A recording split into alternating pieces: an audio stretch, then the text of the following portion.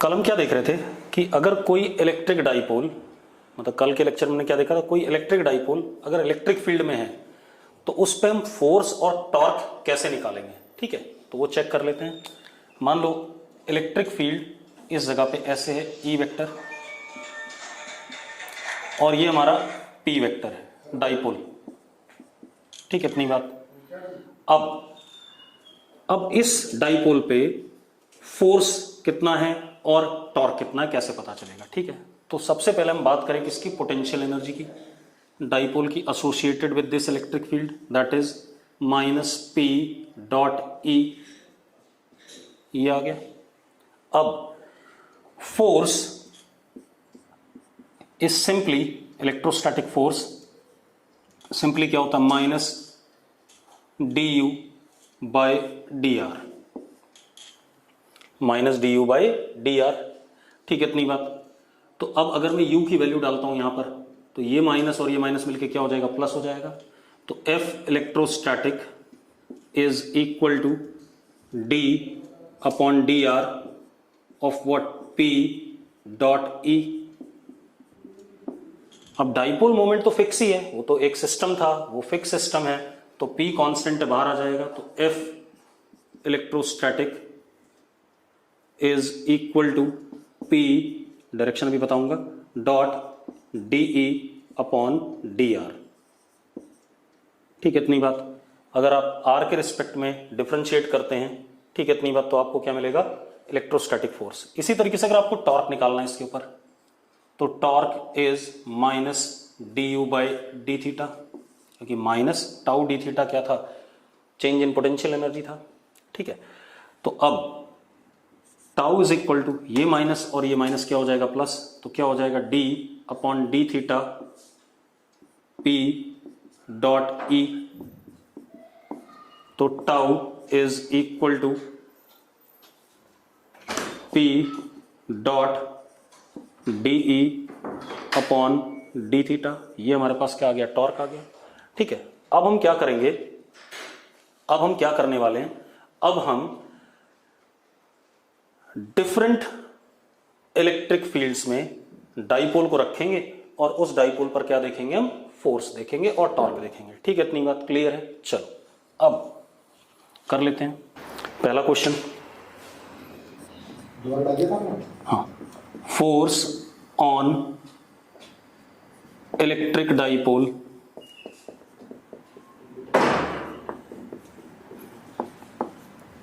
ठीक है इन electric field.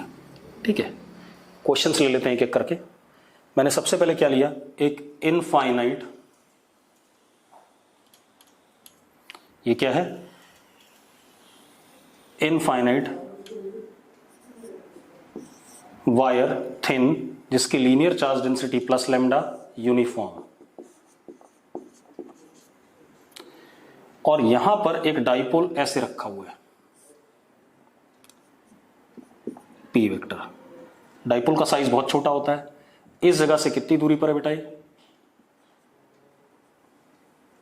Are distance पे। ठीक है, इतनी बात, कितनी दूरी पे है, आर डिस्टेंस पे।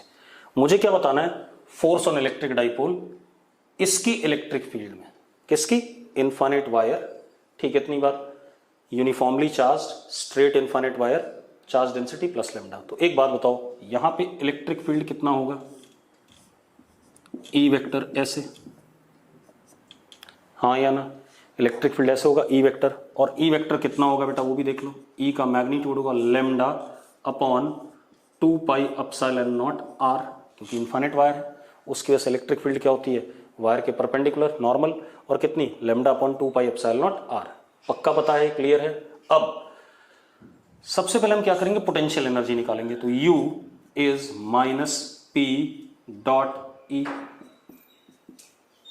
P और E के बीच में एंगल क्या है, 0, तो U comes out to be minus P lambda upon 2 pi epsilon naught R। ये आ गया अपने पास। अब ये हमारे पास पोटेंशियल एनर्जी आ गया। अब अगर हमें फोर्स बताना है, electrostatic force on this dipole, तो उसके लिए हमने सीधे सीधे पढ़ा हुआ है, क्या होता है, अगर हम बेसिक डेफिनेशन पे जाएं तो minus D U by D R. ठीक है, इतनी बात। अब minus D U by D are, तो ये माइनस माइनस क्या हो गया, प्लस हो गया, ठीक है। तो एफ इलेक्ट्रोस्टैटिक, या डायरेक्ट फॉर्मूला भी यूज कर सकता था मैं, किसका, P dot D by D are, लेकिन मैं नहीं कर रहा हूं, मैं प्रॉपरली कर रहा हूं। तो माइनस माइनस क्या, plus D upon D R P lambda upon 2 pi epsilon naught R, जो जो कांस्टेंट है डेरिवेटिव से बाहर आ जाएगा। तो F electrostatic is P lambda upon 2 pi epsilon naught, constant बाहर आ गया, D upon D R of 1 upon R. अब 1 अपॉन आर का डेरिवेटिव क्या होता है, माइनस 1 अपॉन आर स्क्वायर। तो क्या आ गया बेटा, F electrostatic is P lambda 2 pi epsilon naught R square, ये फोर्स आ गया।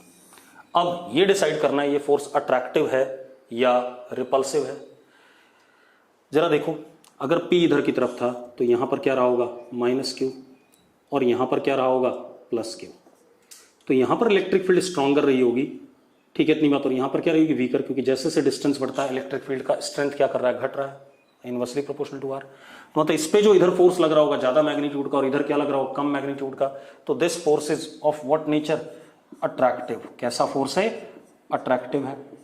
अब एक चीज और बता दूं, अगर पोटेंशियल एनर्जी नेगेटिव आती है तो कंजर्वेटिव फोर्स अट्रैक्टिव होता है। अब खुद देख लो, अगर एक पॉजिटिव एक नेगेटिव चार्ज है तो पोटेंशियल एनर्जी क्या होती है, नेगेटिव आती है, और फोर्स कैसा होता है, अट्रैक्टिव होता है। दोनों पॉजिटिव चार्ज हैं तो पोटेंशियल एनर्जी पॉजिटिव आती है, और फोर्स क्या होता है, रिपल्सिव होता है, ठीक है, इतनी बात। या हम ये भी कह सकते हैं, अगर फोर्स नेगेटिव आ रहा है तो उसको अट्रैक्टिव ले लेंगे, और फोर्स पॉजिटिव आ रहा है तो उसको क्या ले लेंगे, रिपल्सिव ले लेंगे। ये मैंने आपको शॉर्टकट बताया, तरीके जल्दी से आप लिख सको अट्रैक्टिव या रिपल्सिव, ठीक है। वरना आपको चेक करना पड़ेगा, इस पे फोर्स इधर लगेगा ज्यादा मैग्नीट्यूड का, इस पे इधर लगेगा कम मैग्नीट्यूड का, तो नेट क्या आएगा, अट्रैक्टिव आएगा। तो जब भी फोर्स नेगेटिव आता है टेक इट एज अट्रैक्टिव, जब भी पॉजिटिव आता है टेक इट एज व्हाट, क्या कहते हैं, रिपल्सिव। क्लियर इतनी बात, ये हो गया हमारे पास, ठीक। अब एक और सवाल देख लेते हैं। अगर यही हमारे पास इनफाइनाइट वायर होती, ऐसे देख लेते हैं, कोई दिक्कत नहीं, infinite thin straight wire plus lambda, ठीक है। डाइपोल हमारे पास ऐसे है, छोटा सा डाइपोल होता है साइज में, ऐसे पी वेक्टर इधर की तरफ। अब आप एक बात बताओ, जो इलेक्ट्रिक फील्ड यहां पर होगा कैसा होगा, इधर की तरफ होगा, at R distance, positive wire की वजह से। तो जो पोटेंशियल एनर्जी है वो कितनी हो गई, माइनस पी डॉट ई, माइनस पी डॉट ई, 180 डिग्री एंगल है तो कितना हो गया, पी इंटू ई, और ई किसके बराबर है, इन्फिनिट वायर की वजह से आर दूरी पे lambda upon 2 pi epsilon naught R, हाँ या ना। तो हमारे पास आ गया। अब हमें क्या बताना है, इलेक्ट्रोस्टैटिक फोर्स। तो electrostatic force is minus D U by D R, ठीक है, इतनी बात। चलो, तो अब माइनस और ये प्लस तो माइनस होगा, तो F electrostatic is minus D upon D R P into E. बेटा पी तो फिक्स है, बाहर आ जाएगा, तो कितना आ गया, F electrostatic is minus P, और यहां भी देखो lambda upon 2 pi epsilon naught constant बाहर आ जाएगा। बचा क्या हमारे पास, D upon D R 1 upon R. अब 1 अपॉन आर का डेरिवेटिव क्या, माइनस 1 अपॉन आर स्क्वायर। तो force electrostatic is P lambda upon 2 pi epsilon naught R square. ये फोर्स कैसा होगा, रिपल्सिव होगा। क्यों, देखो जरा, यहां पर इलेक्ट्रिक फील्ड वीक है, यहां नेगेटिव चार्ज है, और यहां पर इलेक्ट्रिक फील्ड स्ट्रांग है, यहां पॉजिटिव चार्ज है। तो इस पे इधर की तरफ रिपल्सिव फोर्स स्ट्रांग लगेगा, इस पे अट्रैक्टिव फोर्स क्या लगेगा, वीक लगेगा। तो इसका मतलब रिपल्सिव ज्यादा हो गया, तो क्या हो गया, कौन सा फोर्स हो गया, रिपल्सिव। तो जब भी पॉजिटिव आए फोर्स अपने आप रिपल्सिव कर दो, जब नेगेटिव आए तो क्या कर दो, अट्रैक्टिव कर दो। क्लियर है, कोई दिक्कत है इसमें। अब हम क्या करते हैं, ये तो हमने डिफरेंट फील्ड में क्या निकालना सीख लिया, फोर्स निकालना सीख लिया। किसके ऊपर, क्या कहते हैं, एक इलेक्ट्रिक डाइपोल के ऊपर। और भी बहुत सारे सवाल होंगे इस पे, वो आपको मिल जाएंगे क्वेश्चन जब हम करेंगे। अभी तो मैं आपको थ्योरी बता रहा हूं। दूसरा, डाइपोल और डाइपोल आपस में एक दूसरे पर कितना फोर्स लगाते हैं, ठीक है, इतनी बात। तो इलेक्ट्रिक फोर्स बिटवीन डाइपोल्स, मतलब एक डाइपोल दूसरे डाइपोल पे कितना फोर्स लगाता है, जितना एक डाइपोल दूसरे पे लगाएगा उतना ही दूसरा पहले पे लगाएगा, मैग्नीट्यूड में, डायरेक्शन में अपोजिट, क्योंकि कैसा फोर्स है, कूलम्स फोर्स है, चार्जेस का फोर्स है, वो हमेशा क्या होता है, equal in magnitude opposite in direction. ठीक है, इतनी बात। तो इलेक्ट्रिक फोर्स बिटवीन डाइपोल्स, इसके भी मैं सीधे सवाल लूंगा। ठीक है, सबसे पहला क्वेश्चन क्या है, एक डाइपोल ये है P1, एक डाइपोल ये है P2। ठीक है, इनके बीच में डिस्टेंस कितना R, और P1 P2 का साइज क्या, बहुत छोटा है in comparison to what, R। अब आप एक बात बताओ, मैं क्या निकालना चाहता हूं, force on P2 bye P1, ये निकालना चाहता हूं। तो अब जरा देखो ये कैसे रखा हुआ है P2, P2 is on axial position of P1 vector. तो इसकी इलेक्ट्रिक फील्ड यहां पर P1 की अलोंग डाइपोल मोमेंट ही होती है E1, हाँ या ना, कितनी, E1 is equal to 2K P1 upon R cube, पढ़ा है हमने ऐसा, हाँ या ना, P1 के पैरेलल और 2K P1 upon R cube, यही होता है। अब हम क्या करेंगे, सबसे पहले U निकालेंगे, पोटेंशियल एनर्जी। U इज, इसकी पोटेंशियल एनर्जी जब ये E1 के साथ इंटरेक्ट करता है तो कितना, minus P2 dot E1, angle दोनों के बीच में कितना है, 0 डिग्री, तो U comes out to be minus P2 into what, E1, ये आ गया। अब हमें क्या करना है, फोर्स की बात करनी है, electrostatic, that is minus du by dr, minus du by dr, कोई दिक्कत नहीं इसमें। अब माइनस du बाई dr निकालना है बेटा, चलो तो अब जरा देखो, F इलेक्ट्रोस्टैटिक इज, जरा देखो ये माइनस और वो माइनस क्या हो गया, प्लस हो गया, और P2 बाहर आ जाएगा, चलो लिख ही देते हैं, प्लस हो गया, d upon dr P2 into what, E1। अब जो कांस्टेंट है वो बाहर आ जाएगा इंटीग्रेशन से, तो क्या क्या कांस्टेंट है जरा देखो, F इलेक्ट्रोस्टैटिक डिफरेंशिएशन से बाहर आ जाएगा, P2 2K P1 d upon dr 1 upon R cube.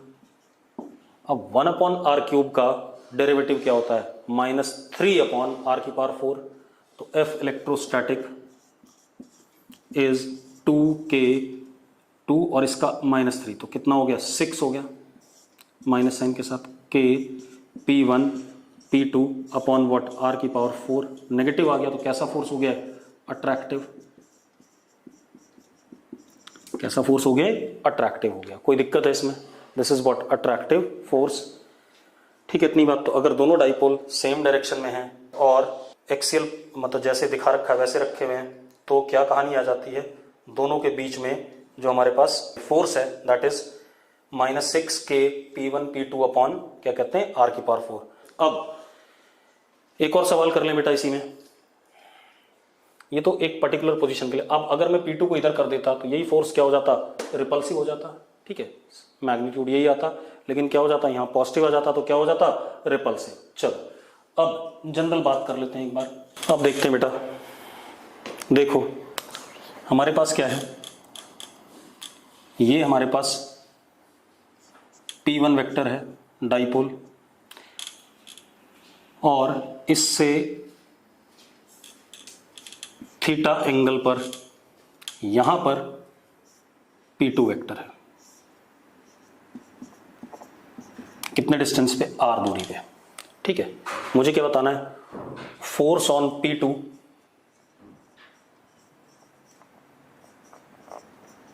Bye P1।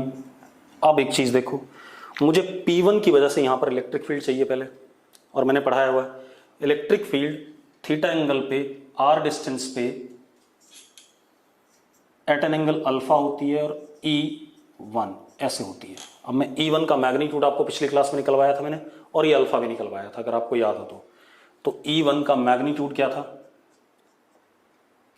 K P1 upon R cube under root 1 plus 3 cos square theta. ये था या नहीं था? हाँ या ना? और tan अल्फा कितना था? tan alpha was half tan theta. ये हमारे पास क्या आ गया?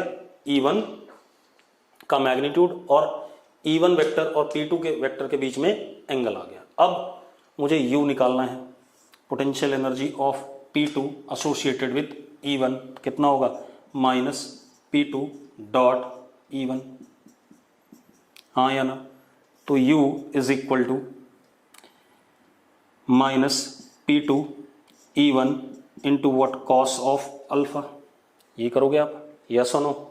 Cos of alpha. अब जरा देखो, एक मिनट बेटा, अब जरा देखो कॉस अल्फा की वैल्यू। कॉस अल्फा जरा देखो, tan अल्फा ये था परपेंडिकुलर अपॉन कितना? Perpendicular upon base. तो कॉस अल्फा क्या होता है?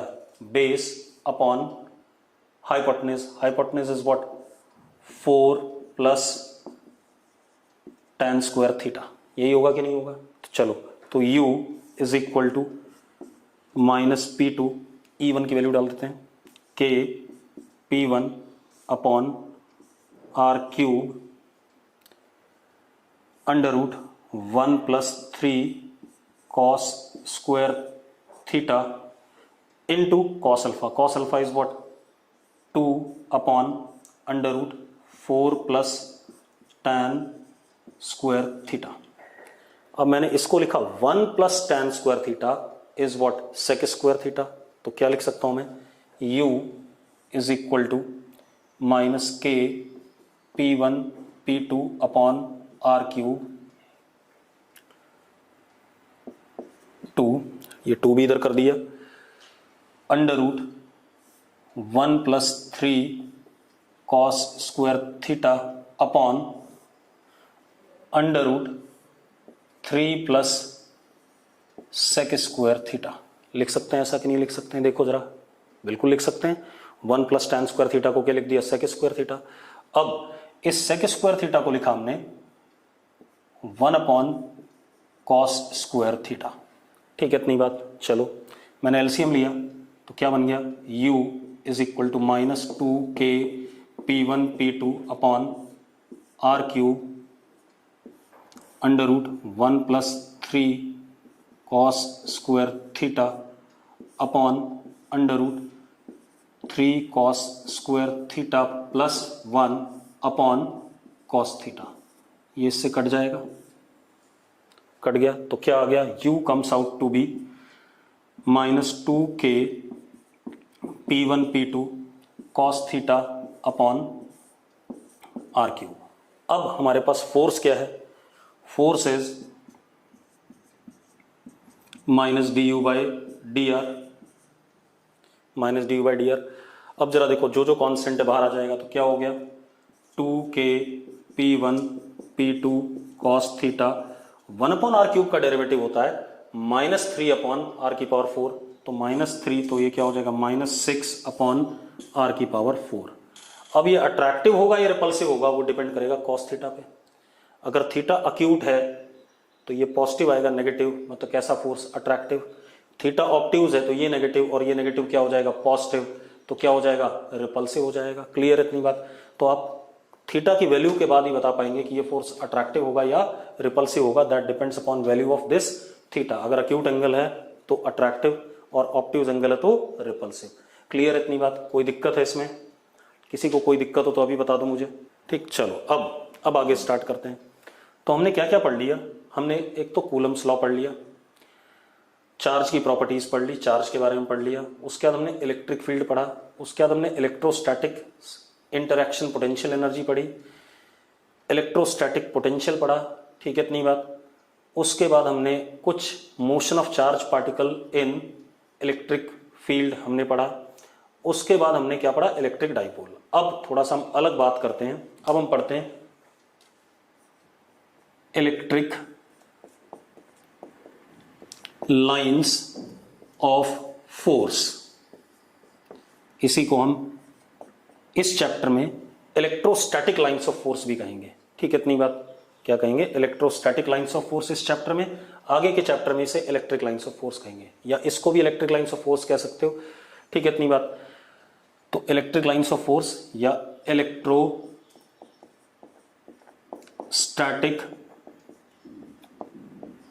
Lines of force. ठीक है, मैं शॉर्ट फॉर्म में इसको क्या कहूंगा? ELOF, electric lines of force या ELOF। अब मैं करने वाला क्या हूं बेटा, ध्यान सुनो। इलेक्ट्रोस्टैटिक लाइंस ऑफ फोर्स या ELOF। ठीक है, अब हम करेंगे क्या, देखो एक मिनट। क्या चीज है? जैसे हमारे पास कोई सिस्टम ऑफ चार्ज है। ठीक है, अब सिस्टम ऑफ चार्ज है तो उसने अपने आसपास इलेक्ट्रिक फील्ड जनरेट कर दी स्पेस में। तो उस इलेक्ट्रिक फील्ड को इमेजिनरी लाइंस या कर्व से अगर हम रिप्रेजेंट कर पाए, इमेजिनरी लाइंस या कर्व से रिप्रेजेंट कर पाए। ठीक है, इतनी बात। मतलब क्या चीज है? ELOF is pictorial representation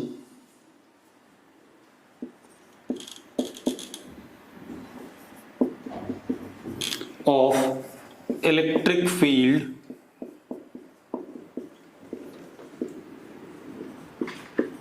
in ELOF is pictorial representation of electric field in space or plane of paper. ELOF is pictorial representation of electric field in space or plane of paper due to system of charge, due to system of charge. बेटा जैसे हमें electric field system of charge के आसपास ही निकालनी होती है, मतलब उसके आसपास जो भी स्पेस है, तो उस स्पेस में किसी पिक्चर से रिप्रेजेंट करना इलेक्ट्रिक फील्ड को स्पेस में, या ज्यादातर सवाल हम पेपर के ऊपर करने वाले हैं, on a plane of paper due to system of charge is called as ELOF। अब क्योंकि ये एक सिर्फ पिक्टोरियल रिप्रेजेंटेशन है, देयरफॉर दीज लाइंस और कर्व्स आर इमेजिनरी। एक ऐसे ही हमने इमेजिनरी से लाइंस या कर्व्स बनाए, किसके around?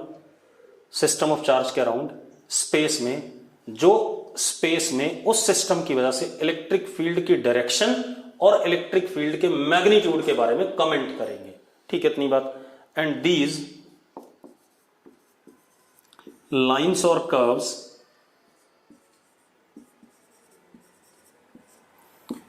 Tell us about magnitude और डायरेक्शन ऑफ इलेक्ट्रिक फील्ड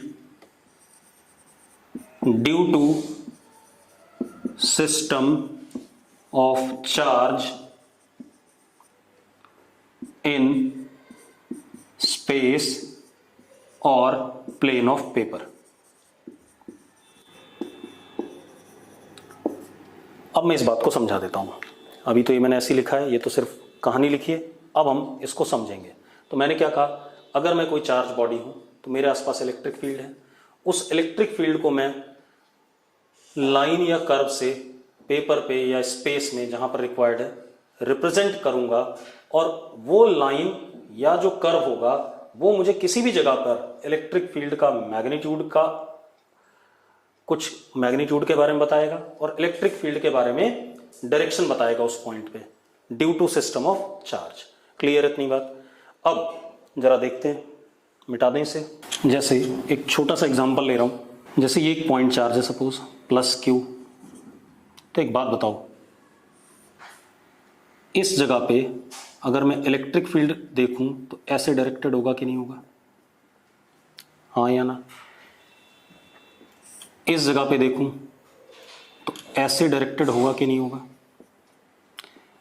इस जगह पे देखूं तो ऐसे डायरेक्टेड होगा कि नहीं होगा।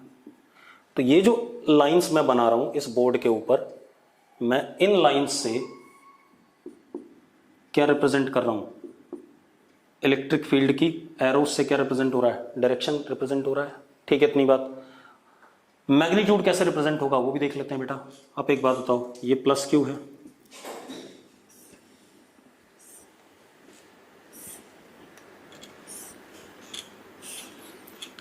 ये तो डायरेक्शंस हो गए इलेक्ट्रिक फील्ड के। मैग्नीट्यूड कैसे पता चलेगा, आप इस जगह पे मैग्नीट्यूड जानना चाहते हो, ये 0.2 है, और इस जगह पे जानना चाहते हो ये 0.1 है। आप एक बात तो, मैंने इतना सा एरिया लिया, इतने एरिया में यहाँ पर कितनी लाइनें हैं, 1 2 3 4 5, और उतना ही बड़ा मैंने एरिया यहाँ लिया, कितनी लाइनें हैं, 1 और 2। तो यहाँ पर 1 वाले पॉइंट पे डेंसिटी ऑफ लाइंस क्या है, ज़्यादा है। तो डेंसिटी ऑफ लाइंस जहाँ पर ज़्यादा होगी इलेक्ट्रिक लाइंस, वहाँ पर मैग्नीट्यूड इलेक्ट्रिक फील्ड का क्या कहेंगे, हम ज़्यादा कहेंगे, और फॉर्मूले से भी ज़्यादा है। जरा देखो, ये R1 है, इलेक्ट्रिक फील्ड का मैग्नीट्यूड यहाँ पे KQ/R1², और ये कितना है, R2 है, यहाँ पर कितना, E2 is equal to what, KQ/R2²। R2 बड़ा है तो इलेक्ट्रिक फील्ड का मैग्नीट्यूड यहाँ कम हो गया, और यहाँ क्या हो गया, ज़्यादा हो गया। तो हम ये कह सकते हैं जहां पर इलेक्ट्रिक फील्ड लाइंस की डेंसिटी ज़्यादा होगी, जहां पर इलेक्ट्रिक फील्ड लाइंस ज़्यादा होंगी, डेंस होंगी, वहां पर मैग्नीट्यूड ऑफ इलेक्ट्रिक फील्ड क्या होगा, ज़्यादा होगा। ठीक है, इतनी बात। अब डायरेक्शन की बात कर लें। आप ऐसे देखो, अगर आप इस जगह पे डायरेक्शन जानना चाहते हो तो इस लाइन के क्या बनाया आपने, टेंजेंट बनाया, डायरेक्शन मिल गया इलेक्ट्रिक फील्ड का। इस जगह पे जानना चाहते हो तो आपने इस लाइन के क्या बनाया, टेंजेंट बनाया, डायरेक्शन मिल गया।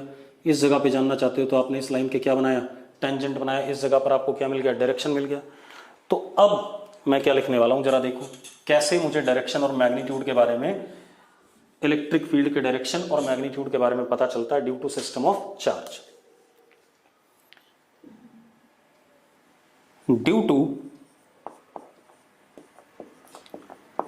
सिस्टम ऑफ चार्ज,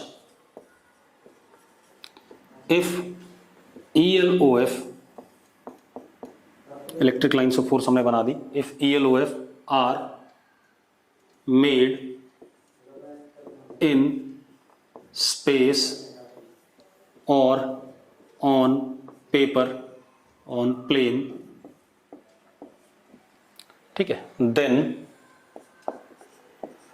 पहला point, magnitude of electric field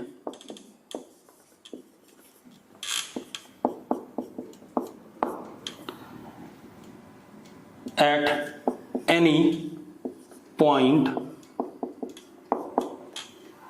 in space or on paper is directly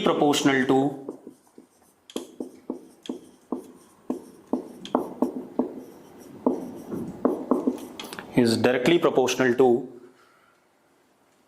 density of electric lines of force.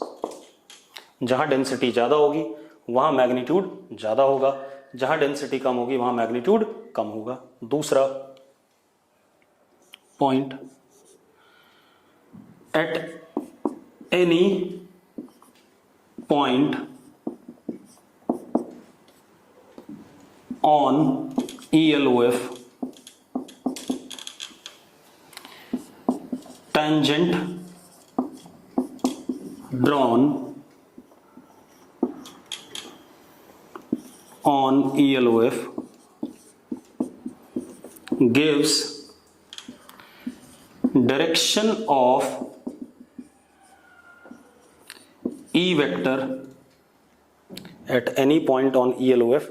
Tangent drawn on ELOF gives direction of E vector at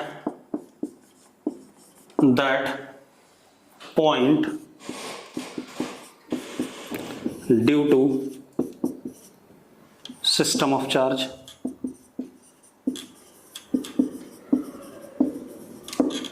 ठीक है, इतनी बात। मतलब ELOF के ऊपर किसी जगह पर अगर आप टेंजेंट बनाते, मान लो ये ELOF था ऐसे, अब मैंने यहां टेंजेंट बनाया, तो इस जगह पे सिस्टम ऑफ चार्ज की वजह से इलेक्ट्रिक फील्ड का डायरेक्शन ऐसा है। इस जगह पे बनाता हूं तो इस जगह पे सिस्टम ऑफ चार्ज की वजह से इलेक्ट्रिक फील्ड का डायरेक्शन ऐसा है। ठीक है, इतनी बात। तो ELOF के ऊपर किसी पॉइंट पर अगर आप टेंजेंट बनाते हो तो टेंजेंट का डायरेक्शन आपको इलेक्ट्रिक फील्ड का डायरेक्शन दे देगा उस जगह पर, due to system of charge, जिस भी सिस्टम ऑफ चार्ज की लाइंस थी। ठीक है, इतनी बात। और इलेक्ट्रिक लाइंस ऑफ फोर्स की डेंसिटी आपको क्या दे देगा उस पॉइंट पर, क्या कहते हैं, मैग्नीट्यूड पे कमेंट करेगा। अगर डेंसिटी ज्यादा है तो मैग्नीट्यूड उस पॉइंट पे ज्यादा है, कम है तो कम है। क्लियर है इतनी बात? तो मैग्नीट्यूड कम हो जाएगा अगर डेंसिटी ऑफ लाइंस कम है। ठीक, अब हम थोड़ी सी और बात कर लेते हैं बेटा। अब थोड़े से 2-4 सिस्टम्स की वजह से हम इलेक्ट्रिक लाइंस ऑफ फोर्स की बात करेंगे, कुछ प्रॉपर्टीज हैं। ठीक है, इतनी बात। अब जरा देखो प्रॉपर्टीज ऑफ ELOF। अब हमारे पास कोई आइसोलेटेड पॉजिटिव चार्ज सिस्टम है, अगर कैसा है, आइसोलेटेड पॉजिटिव चार्ज सिस्टम, मान लो ये पॉजिटिव चार्ज सिस्टम है, आइसोलेटेड पॉजिटिव चार्ज सिस्टम। तो एक बात बताओ, और कोई नहीं है, आइसोलेटेड का मतलब सिर्फ यही है, यही एक चार्ज सिस्टम, बाकी स्पेस में कोई चार्ज वगैरह नहीं। तो एक बात बताओ, इस पॉजिटिव चार्ज सिस्टम की इलेक्ट्रिक फील्ड क्या होगी, आउटवर्ड होगी, क्योंकि पॉजिटिव चार्ज टेस्ट चार्ज पे क्या करता है, रिपल्सिव फोर्स लगाता है, तो इलेक्ट्रिक फील्ड क्या होगी, बाहर की तरफ होगी। तो इसका मतलब इससे जो लाइंस ऑफ फोर्स निकलेंगी, या इससे जो भी लाइंस ऑफ फोर्स जाएंगी, वो ऐसे करके बाहर की तरफ होंगी,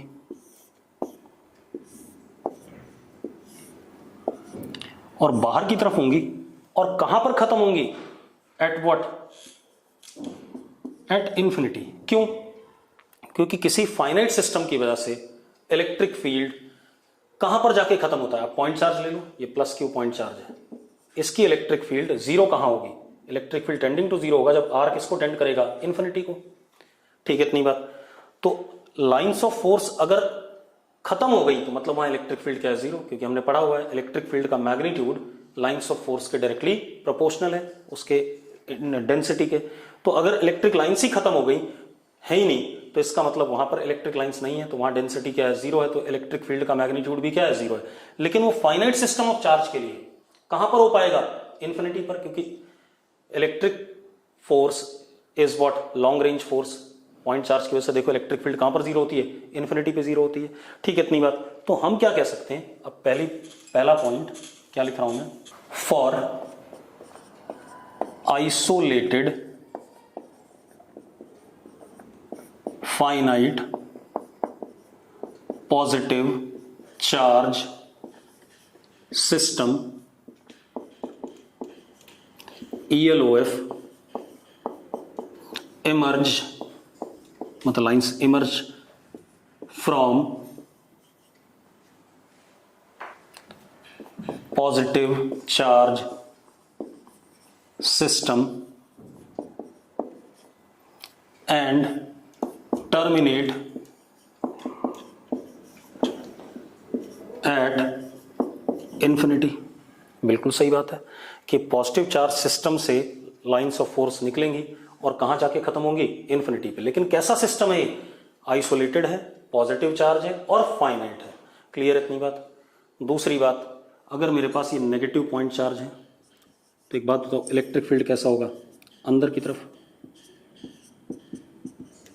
हाँ या ना। तो इसका मतलब लाइंस ऑफ फोर्स इन्फिनिटी से आ रही है और कहां खत्म हो रही है, नेगेटिव चार्ज सिस्टम पे। तो हम क्या कह सकते हैं, for isolated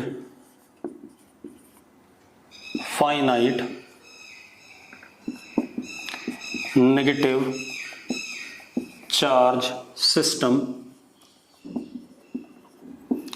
ELOF emerge from infinity and terminate on negative charge system। ये कहानी आ गई। ठीक है, फाइनाइट नेगेटिव चार्ज सिस्टम के लिए ELOF इन्फिनिटी से इमर्ज करती है और कहां टर्मिनेट करती हैं, क्या कहते हैं, नेगेटिव चार्ज सिस्टम के ऊपर। अब कोई दिक्कत नहीं इसमें।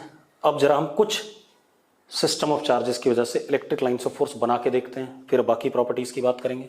जरा देखो, हमारे पास ये सबसे पहले for positive point charge, for positive point charge देखो जरा, ये हमने बनाया प्लस क्यू। तो एक बात बताओ, इस पॉइंट चार्ज से इलेक्ट्रिक फील्ड अगर मैं इस जगह पे देखूं कैसा होगा, आउटवर्ड। इस जगह पे देखूं ऐसे, इस जगह पे देखूं ऐसे, तो मतलब इलेक्ट्रिक लाइंस ऑफ फोर्स हम क्या कह सकते हैं, ऐसे ऐसे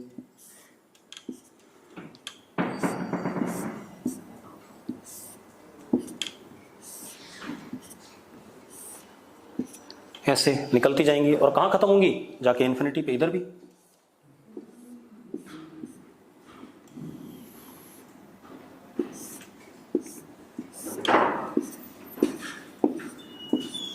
ठीक है, तो हम क्या कह सकते हैं, ऐसे बाहर भी होंगी, इधर भी, पीछे भी होंगी, आउटवर्ड। तो हम क्या कह सकते हैं, ELOF are spherically radial.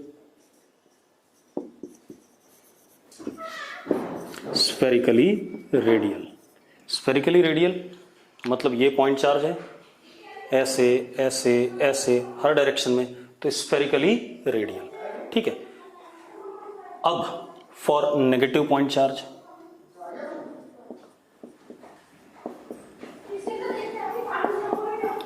For negative point charge ये minus Q,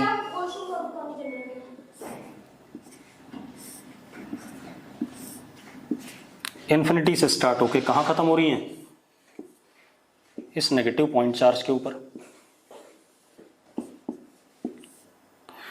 spherically radially outward कहेंगे हम इसे, क्या कहेंगे, स्फेरिकली रेडियली आउटवर्ड। और इसको क्या कहेंगे हम, इसको कहेंगे स्फेरिकली रेडियली इनवर्ड। ये सुनो, अब एक और देखते हैं बेटा। अब ऐसे देखो, मेरे पास एक इनफाइनाइट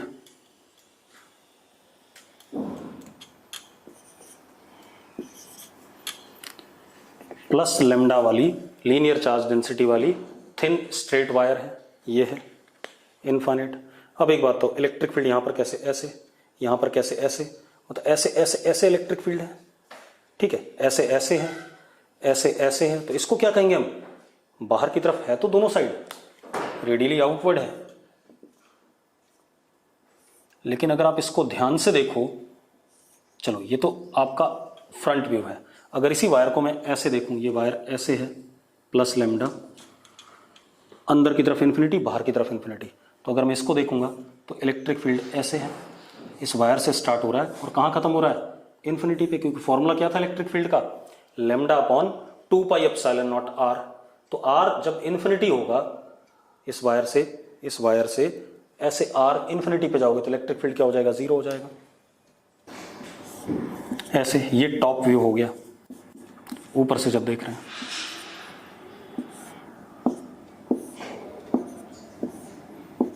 तो इसको हम क्या कहेंगे, इसको कहेंगे हम सिलिंड्रिकली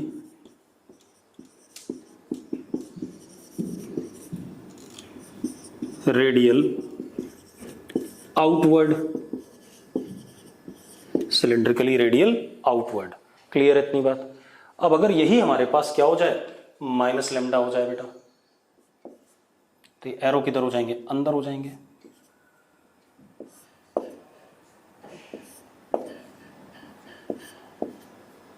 इलेक्ट्रिक फील्ड इनवर्ड हो जाएगा। क्या हो गया? सिलिंड्रिकली रेडियल इनवर्ड, ये आ गया हमारे पास। क्लियर है इतनी बात? कोई दिक्कत है इसमें? इसके बाद अब जरा देखते हैं, ये हो गया। एक और चीज देखते हैं बेटा। अगली चीज क्या हमारे पास? अगर मेरे पास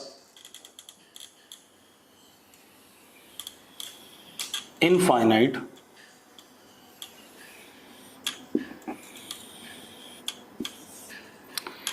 यूनिफॉर्मली चार्ज्ड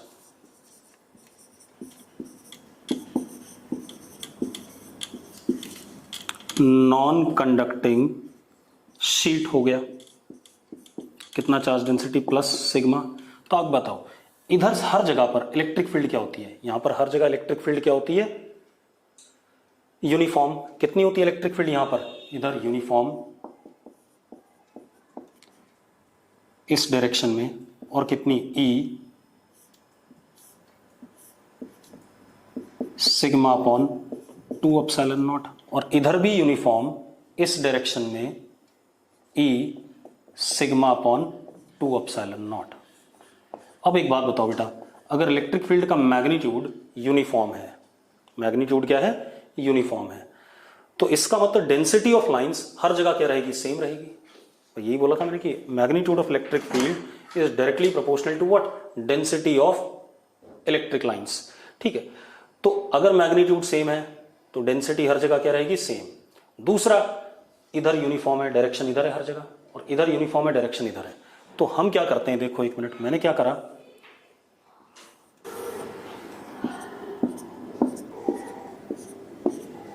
हम कह सकते हैं ELOF ऐसे सिस्टम के लिए are parallel lines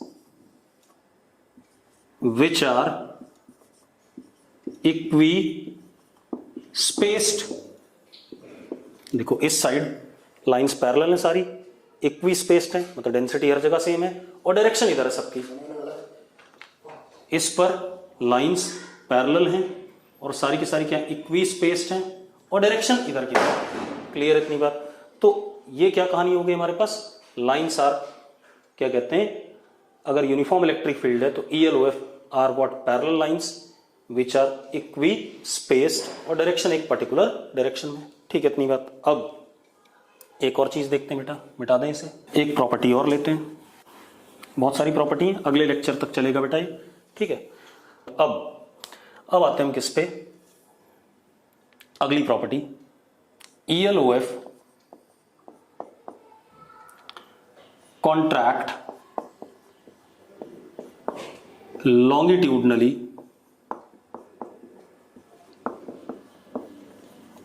for finite system of charge, या सबके लिए हो जाता है, कुछ जगह नहीं होता। कॉन्ट्रैक्ट लॉन्गिट्यूडनली, इसका मतलब क्या है? आप ऐसे देखो बेटा, ये मेरे पास एक प्लस क्यू चार्ज है, पॉइंट चार्ज, ऐसा लिख दिया हमने। इसकी इस डायरेक्शन में इलेक्ट्रिक फील्ड ऐसे ही होगा,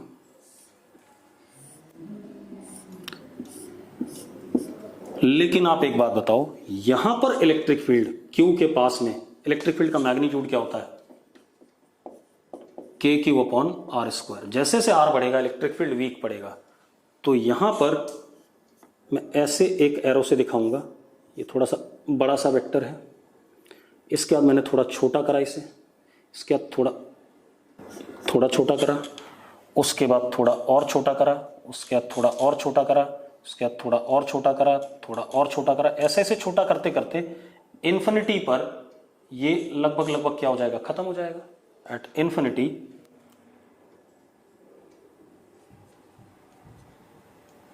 खत्म ही हो जाएगा। ठीक है इतनी बात?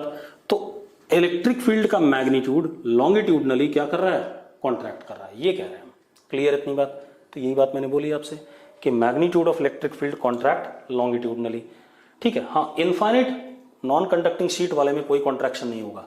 लेकिन एक बात बताओ, अगर ये प्लस लैम्डा वाला है इनफाइनाइट, इसमें भी हो रहा है बेटा, जरा देखो, यहां पर इलेक्ट्रिक फील्ड का मैग्नीट्यूड बड़ा था, आगे चल के थोड़ा सा क्या हो जाएगा? छोटा, उसके आगे चल के और छोटा, उसके आगे चल के और छोटा, उसके आगे चल के और छोटा, क्योंकि 1/r है। ठीक है, इतनी बात। तो इलेक्ट्रिक फील्ड कॉन्ट्रैक्ट लॉन्गिट्यूडनली, जहां कॉन्ट्रैक्शन हो सकता है वहां होगा कि डिस्टेंस बढ़ने के साथ मैग्नीट्यूड इलेक्ट्रिक फील्ड का कम होगा, और डेंसिटी ऑफ लाइंस भी इसका मतलब क्या हो जाएंगी, कम हो जाएंगी। क्लियर है इतनी बात? देखो जरा, अगर मैं ऐसे बनाऊं तो जरा देखो, जैसे जैसे दूर जा रहे हैं डेंसिटी ऑफ लाइंस क्या हो रही है, कम हो रही है, तो अपने आप इलेक्ट्रिक फील्ड क्या पड़ रही है, वीक पड़ रही है। उसको मैंने ऐसे दिखा दिया, बड़ा एरो, छोटा एरो, छोटा एरो, छोटा छोटा और छोटा, फर्दर छोटा, ऐसे होता रहेगा। क्लियर इतनी बात? अब आज का लेक्चर हम यही रोकते हैं, क्योंकि प्रॉपर्टीज अभी हमें कल भी करनी है। ठीक है।